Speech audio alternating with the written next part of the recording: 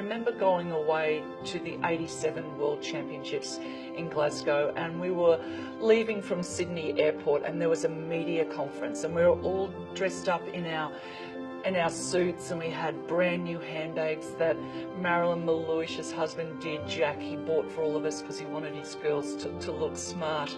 And we went into this room, and there were sandwiches everywhere for us, and there was orange juice, and all of us were just going, wow, how exciting.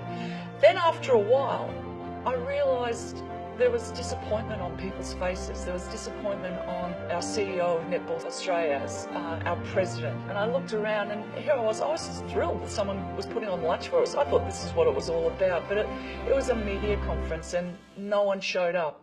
No one in the media thought it was relevant to report on the Australian netball team going off to a World Championships.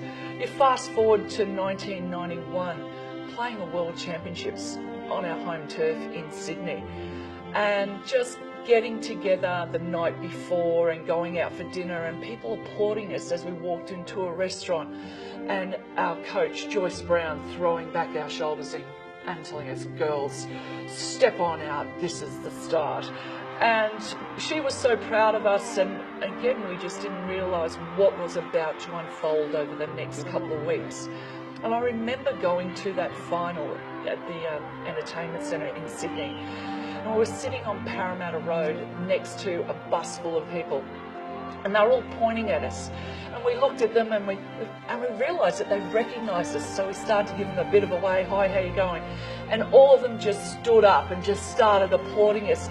And we just didn't know what to do, because it was just so unexpected. It was so spontaneous on their part. And I think then that tingle started to happen for all of us, going, oh God, this is it.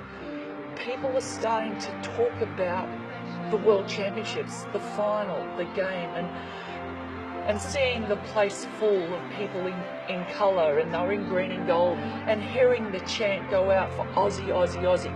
The atmosphere was electric, and it was so, so different. So that was the championships that the sleeping giant awoke. People were talking about netball. People were talking about the fact that the Prime Minister of the country actually came to a female sporting event other than the Olympic Games.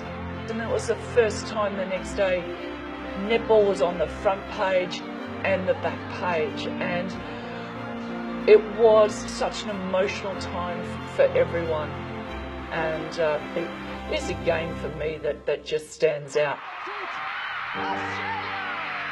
It's Australia's World Championship.